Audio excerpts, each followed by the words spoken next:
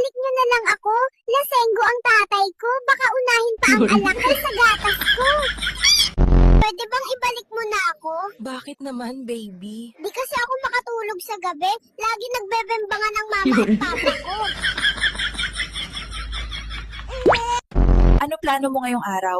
Nothing. Aantayin ko lang palitan ng nanay ko diaper ko para makapoop ulit ako. Nasaan po ang doktor? Bakit anong problema? Gusto ko na bumalik. Nanay at tatay ko lagi nag-aaway. Nasaan po ang doktor? Bakit, baby?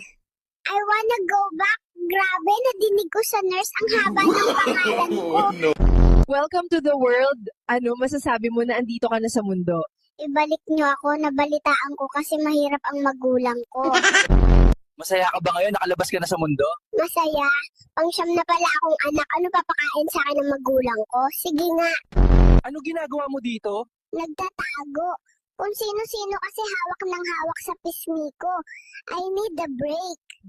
Birthday mo ngayon, baby. Anong wish mo? Sana ako na lang ang tropa ni Papa kasi yung tropa niya, mas madalas pa siya kasama kaysa sa akin.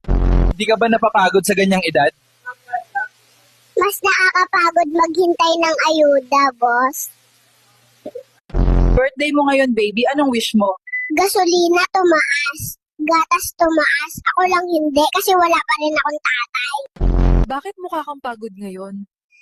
Kada 5 minutes, may gustong makipag-hello sa akin. Kamukha ng daddy, kamukha ng mommy. Ano ba talaga? Hindi ko pa alam kung sino ako eh. Pagod na mata ko sa flash. Parang artista lang, walang privacy. Ilang pictures na nakuha mo ngayong araw? Kahit kumain lang ako, may picture. Shout out sa mga magulang dyan. Huwag niyong tularan ang ganitong magulang kagaya ng mama at papa ko. Kawawa mga anak. Bakit nandito ka? Ilang araw ka pa lang. Kailangan ko na mag-ipon para sa school ng mga anak ko. Nasaan ang DSWD? Bakit? Anong problema? Laging nag-aaway magulang ko. Kuhanin niyo na lang ako. Ano ang masasabi mo ngayon? Nakalabas ka na. Libre nga magpa-ospital.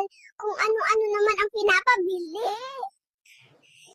Ikatlong pagkabuhay ko na. Pinoy pa din ako. Pambihirang buhay to. Akala ko ba gusto mong bumalik sa mama mo? Anak pala ko ni Tanggol, kaya mayaman kami. Sana all. Ganito rin ba nanay nyo? Inuuna pa ang chismis kaysa gawain bahay. Kung ganyan nanay nyo, isuli nyo na sa magulang niya.